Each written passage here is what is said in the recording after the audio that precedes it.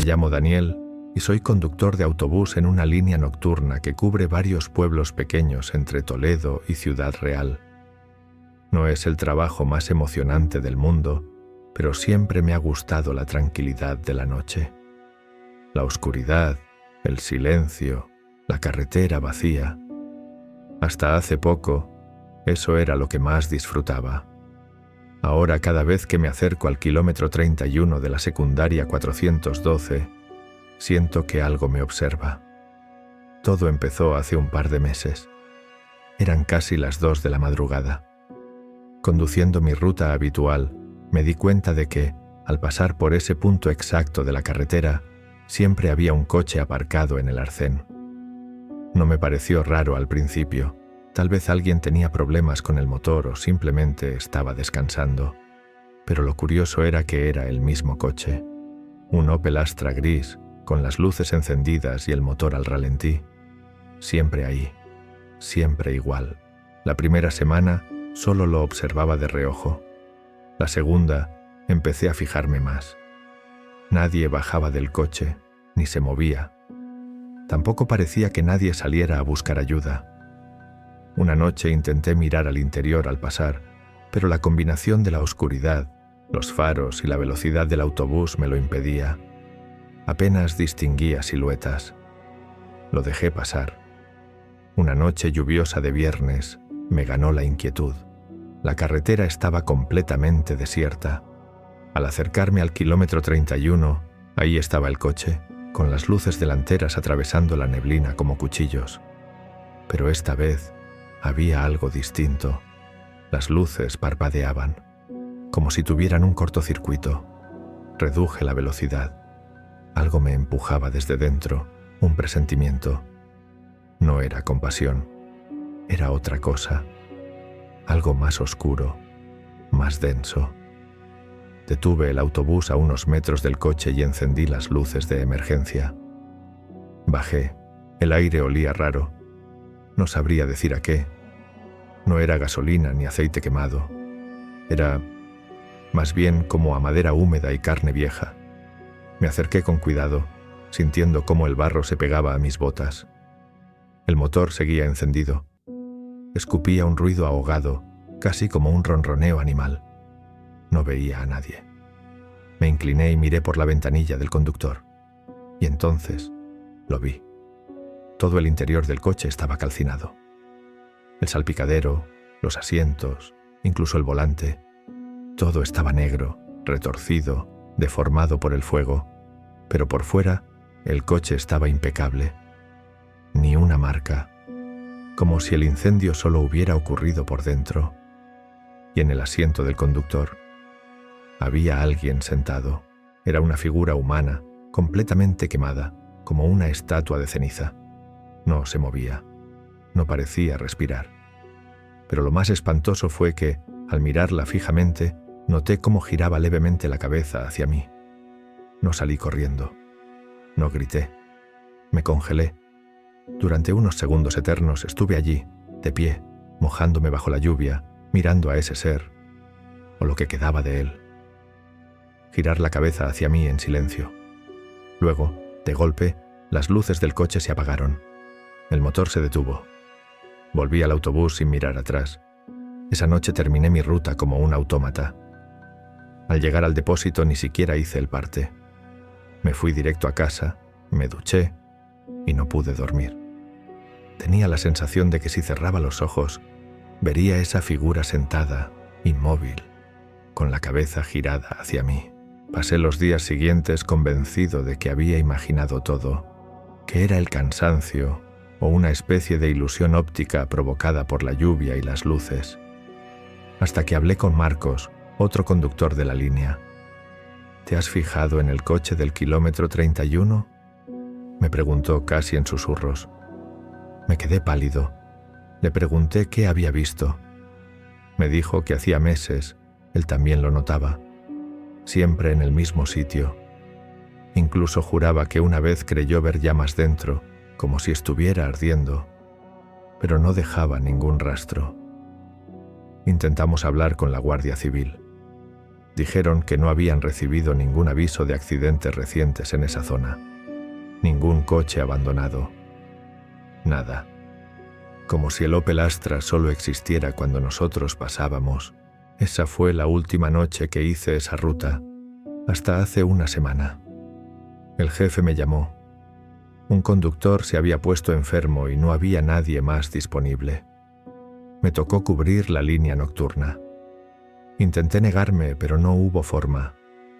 A las 12 en punto, encendí el motor del autobús y salí de la estación.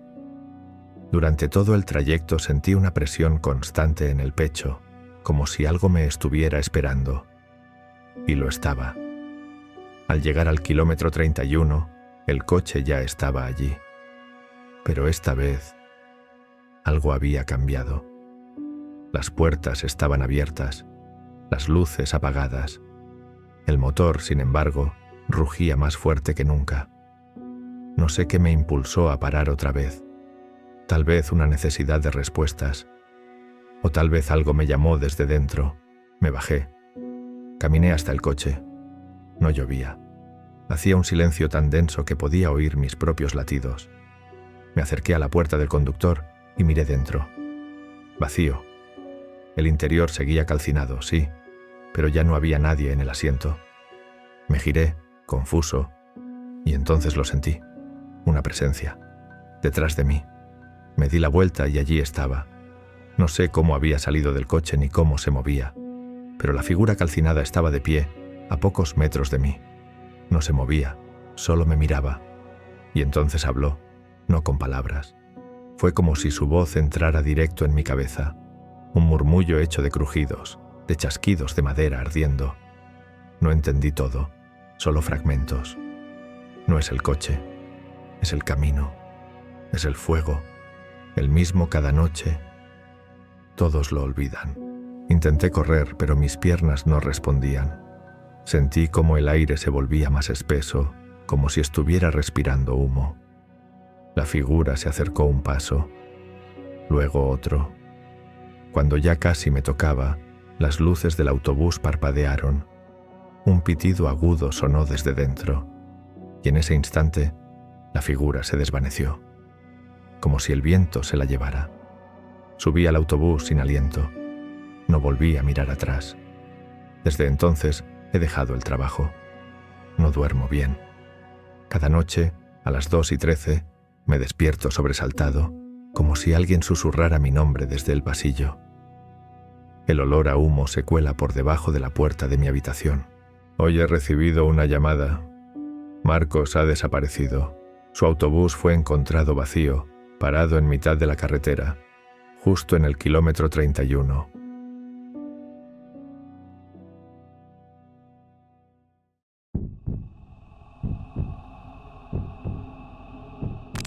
Trabajo como locutor nocturno en una emisora local de Madrid. Mi programa se llama La Hora Inquieta y va de las 2 a las 4 de la madrugada. Básicamente hablo de curiosidades, pongo algo de música ambiental y de vez en cuando recibo llamadas de oyentes insomnes que quieren charlar o contar alguna anécdota extraña. He estado en este trabajo casi 3 años. Las noches en el estudio tienen su encanto, aunque a veces en la madrugada parezca el escenario perfecto para una historia de fantasmas. Mi técnico, Dani, es un chaval joven, bastante tranquilo y algo escéptico. Siempre está con los cascos puestos, haciendo como que me escucha, pero en realidad viendo vídeos o jugando al ajedrez online. Es buen tío, pero pasa bastante de lo que digo al aire. Todo comenzó un martes cualquiera. Una noche fría de enero, con lluvia golpeando suavemente los cristales del estudio. Eran las 2:37 de la madrugada cuando entró la primera llamada. Yo estaba hablando de un caso antiguo de desapariciones en pueblos pequeños. El teléfono rojo del estudio se iluminó y pulsé el botón para conectar en directo. Buenas noches, estás en La Hora Inquieta. ¿Con quién hablo? Hubo un silencio largo. Luego, una voz distorsionada, como pasada por una radio rota, dijo con lentitud: «No estás solo». Me reí. pensando que era un oyente intentando asustarme. La típica broma nocturna. «Eso espero», respondí, «que aquí tengo a Dani haciendo que trabaja». Pero Dani me miró desde su cabina levantando las cejas. Pulsó el botón del interfono. «No ha entrado ninguna llamada», me dijo con un tono que intentaba sonar casual, pero que dejaba entrever preocupación. Fruncí el ceño. Miré el panel de llamadas. En efecto, no había ninguna activa. La línea aparecía completamente limpia, sin registro de entrada. Pensé que quizás se había colado algo raro por el sistema, una interferencia o una grabación antigua. Seguí el programa como si nada, aunque sentía un hormigueo en la nuca, esa sensación primitiva de ser observado que todos reconocemos pero nadie puede explicar. La segunda llamada llegó a las 3:12. Estaba poniendo un tema instrumental de fondo mientras leía un fragmento de una leyenda urbana. Otra vez, el teléfono rojo parpadeó. Pulsé. «Hola, ¿estás en directo?» La misma voz, esta vez más áspera, más cercana, como si hubiera avanzado varios pasos hacia mí desde la última vez. «No deberías estar aquí a esta hora». Me congelé, no por lo que decía, sino por cómo lo decía. No era una voz que viniera de un teléfono. Sonaba como si estuviera en la sala conmigo, detrás del cristal o incluso más cerca. Era como sentir un aliento frío en la nuca mientras estás solo en casa. Miré a Dani, que ya tenía la cara blanca como el papel. «Te juro por mi madre que no ha sonado nada aquí. El sistema no ha registrado llamadas, no hay número de entrada ni nada». Su voz temblaba ligeramente. «Ni siquiera hay registro de conexión en el log». Se levantó de su silla y vino hasta mi cabina. Cerramos los micros y revisamos el panel. Todo en orden. Ninguna entrada, ninguna IP externa, ningún número asociado. Nada. El sistema funcionaba perfectamente, pero aquella voz había entrado directamente, violando todos los protocolos de comunicación. Decidimos seguir el programa y revisar las grabaciones después. Dani volvió a su cabina, aunque dejó la puerta entre ambas salas abierta, algo que iba contra las normas de la emisora. Pero entonces, a las 3:46, ocurrió lo peor. Ni siquiera vi el teléfono parpadear. Simplemente, la voz empezó a hablar, directamente en mi auricular, sin previo aviso, sin contacto previo. «Estás solo. Lo sabes. Siempre lo has sabido». La voz parecía dentro de mi cabeza, pero al mismo tiempo sentía el aire vibrar en el estudio, como si la habitación respirara conmigo. Las paredes parecían palpitar suavemente, aunque sabía que eso era imposible. Las luces parpadearon casi imperceptiblemente. Dani entró corriendo sin decir nada. Se sentó a mi lado, pálido, con los ojos clavados en la puerta del estudio. «¿Tú también la oíste?», le pregunté, aunque ya sabía la respuesta por su expresión. «Sí, y no viene por el sistema, ni por los micros, ni por los cascos». Tragó saliva con dificultad. «La voz está aquí». Pasamos como pudimos los últimos 10 minutos del programa leyendo mensajes de oyentes, que por cierto, también notaron algo raro en el aire esa noche. Algunos preguntaban si teníamos problemas técnicos, otros comentaban que la transmisión tenía ecos extraños, y uno incluso escribió: «¿Quién es la tercera persona que está hablando?». Cerramos el programa en seco, sin despedida ni música. Nos quedamos revisando las grabaciones. El edificio crujía a nuestro alrededor, con esos sonidos típicos de estructuras antiguas, pero ahora cada crujido parecía deliberado, como si alguien caminara por los pasillos vacíos. Y entonces nos dimos cuenta de lo peor. La voz estaba ahí, clarísima, pero al reproducirla no sonaba como una llamada. Sonaba como un eco hueco, antinatural, como si alguien hubiera grabado una voz en una iglesia vacía o en un túnel profundo y luego la hubiera insertado en nuestra pista. No tenía las características de una línea telefónica. No tenía compresión. No tenía ni siquiera ruido de fondo. Solo esa voz, desnuda y presente. Llevamos el audio a un amigo de Dani que trabaja con edición profesional.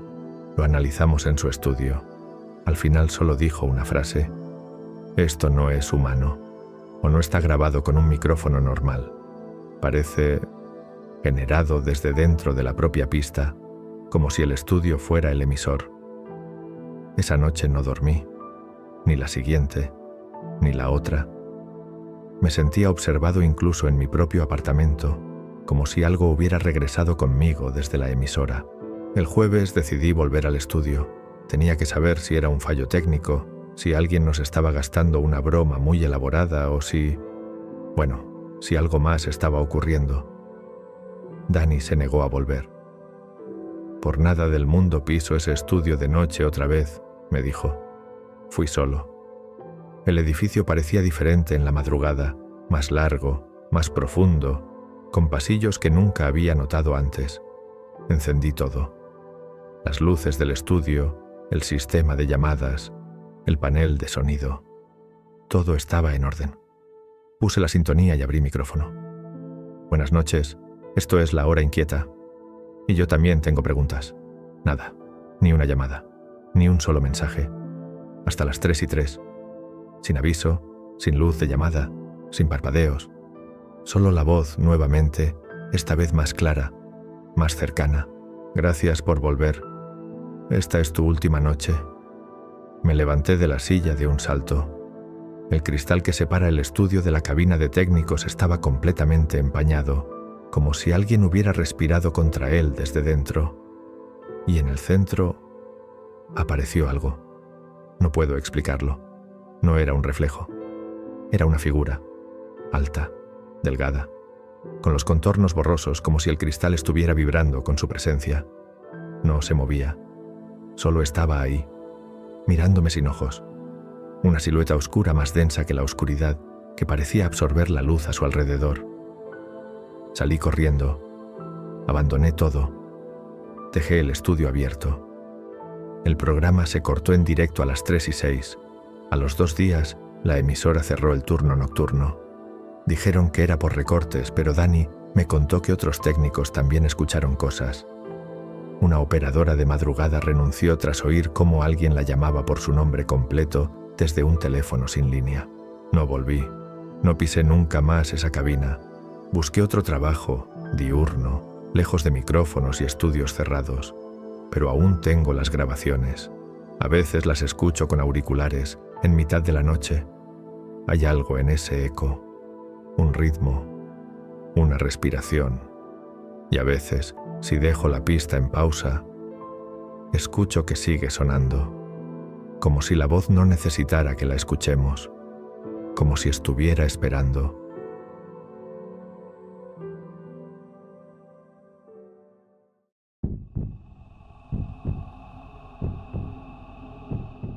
Trabajo como vigilante nocturno en un hospital público de los años 60, un edificio frío, de pasillos infinitos y paredes que aún conservan el eco de lo que fue. Llevo ya 3 años en el turno de noche, y aunque parezca mentira, me acostumbré al silencio denso, a las luces parpadeantes y al crujido constante del viejo sistema de calefacción. Pero hace un par de semanas algo cambió, algo que todavía me cuesta procesar. Todo empezó con el ascensor. Mi puesto está en una pequeña garita junto al hall de entrada. Desde allí tengo acceso a todas las cámaras de seguridad, aunque más de la mitad están fuera de servicio o muestran imágenes tan granuladas que apenas se distingue nada. Una noche, a eso de las 3:30, vi que el ascensor principal, el antiguo, el que apenas se usa, se movía solo. Subía al 3er piso, luego bajaba al primero y volvía a subir. Pensé que era un fallo del sistema. No sería la primera vez. El hospital lleva años con recortes y el mantenimiento brilla por su ausencia. Pero cuando ocurrió por 3ª noche consecutiva, empecé a mosquearme. La cosa es que ese ascensor en concreto da acceso a la planta 4B, clausurada desde hace al menos 10 años. Una infección por hongos en los conductos de ventilación obligó a cerrarla. Nadie entra allí. Las puertas están selladas y hay carteles de prohibido el paso por todas partes. Así que una noche, por simple curiosidad, o eso me decía a mí mismo, decidí revisar las grabaciones con más atención. Retrocedí a la hora exacta en que el ascensor se había activado solo, y ahí fue cuando lo vi. En la imagen granulada de la cámara del pasillo vi cómo las puertas del ascensor se abrían solas en la planta clausurada, y algo salía de allí. Era una figura, alta, delgada, vestida con una bata de hospital. El rostro era difícil de distinguir, como si la cámara no pudiera enfocarlo bien, pero sus movimientos eran lentos, casi arrastrados. Caminaba por el pasillo como si supiera exactamente a dónde iba. Y luego, unos minutos después, volvía al ascensor. Las puertas se cerraban y desaparecía. Pasé horas rebobinando el vídeo, tratando de convencerme de que era un error, una sombra, un fallo de luz. Pero no, aquello estaba ahí, y cada noche a la misma hora el mismo patrón. Aparece, camina, desaparece. Una parte de mí me gritaba que no hiciera nada, que ignorara el tema y siguiera con mi rutina, pero otra, más fuerte, más estúpida quizás, necesitaba respuestas. Así que anoche tomé una linterna, conecté mi walkie al canal de mantenimiento, por si pasaba algo, y decidí subir a la planta 4B. No lo dije a nadie. Sabía que si lo contaba, se reirían en mi cara. O peor, me mandarían al psicólogo de la empresa, como le pasó al tipo que juraba que oía voces en el ala de psiquiatría. Tomé el ascensor a las 3:30 en punto. Cuando las puertas se abrieron en la planta clausurada, me invadió un olor denso, a humedad y desinfectante viejo. El pasillo estaba oscuro, pero mi linterna iluminaba suficiente para ver las paredes mohosas y las puertas numeradas, algunas abiertas, otras cerradas con cinta policial. No había rastro de la figura. Avancé con cautela, escuchando solo el zumbido lejano del hospital funcionando en otras plantas. Todo parecía tranquilo, hasta que la linterna parpadeó. Golpeé el mango un par de veces y volvió a encenderse. Y fue entonces cuando la vi, al fondo del pasillo. La figura, de pie, inmóvil, como si me estuviera esperando. Sentí un impulso irracional de acercarme, pero di un paso atrás. Aquello no era una persona. Lo supe por la forma en que se movía, sin sonido, sin peso, sin cuerpo real. Me giré para volver al ascensor, pero las puertas comenzaron a cerrarse solas. Corrí, logré meter el brazo justo antes de que se cerraran del todo, y me lancé dentro. Las puertas se cerraron con un golpe seco. Respiraba como si acabara de correr una maratón. Apreté el botón de la planta baja. Nada. Volví a pulsarlo varias veces. El ascensor no se movía, hasta que sin previo aviso comenzó a descender. El panel marcaba -1, luego -2. El hospital no tiene sótanos, al menos no registrados, no en los planos que conozco. La luz dentro del ascensor se apagó y quedé envuelto en una oscuridad total. Solo se oía el zumbido de los cables y el roce metálico contra las paredes. Después de lo que pareció una eternidad, el ascensor se detuvo con un chirrido oxidado. Las puertas se abrieron. Delante de mí se extendía un pasillo estrecho, con paredes de ladrillo visto y una iluminación tenue, amarillenta.